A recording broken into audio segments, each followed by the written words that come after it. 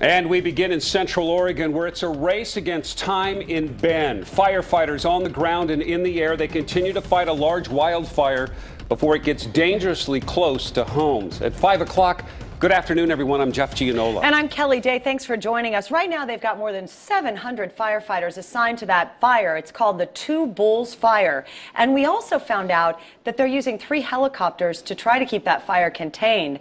Right now, it is burning just a few miles outside of Bend.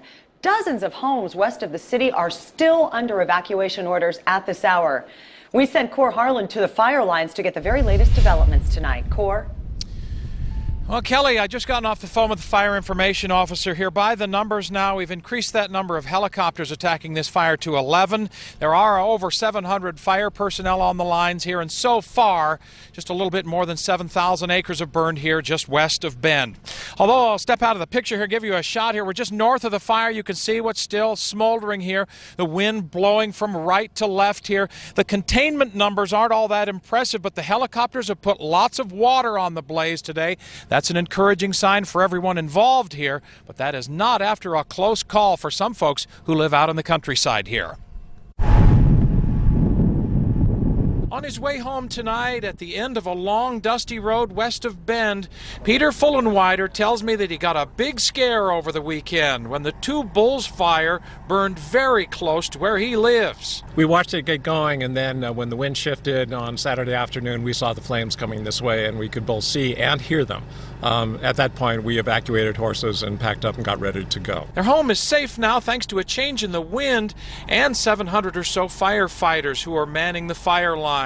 Helicopters are also dumping water on the edge of the fire. As you can tell, we're starting to see some smoke. 50 homes in the area are still under an evacuation order, but so far none of them has been damaged. If the fire were to move beyond the containment line on the south end and burn across Skyliner Road, they would be trapped, because that's their way to get home and that's their way to come to town. There is still lots of work ahead. The weather could change again this week, but for people like Peter, who watched the fire bearing down on his home this weekend, the worst of it may be over.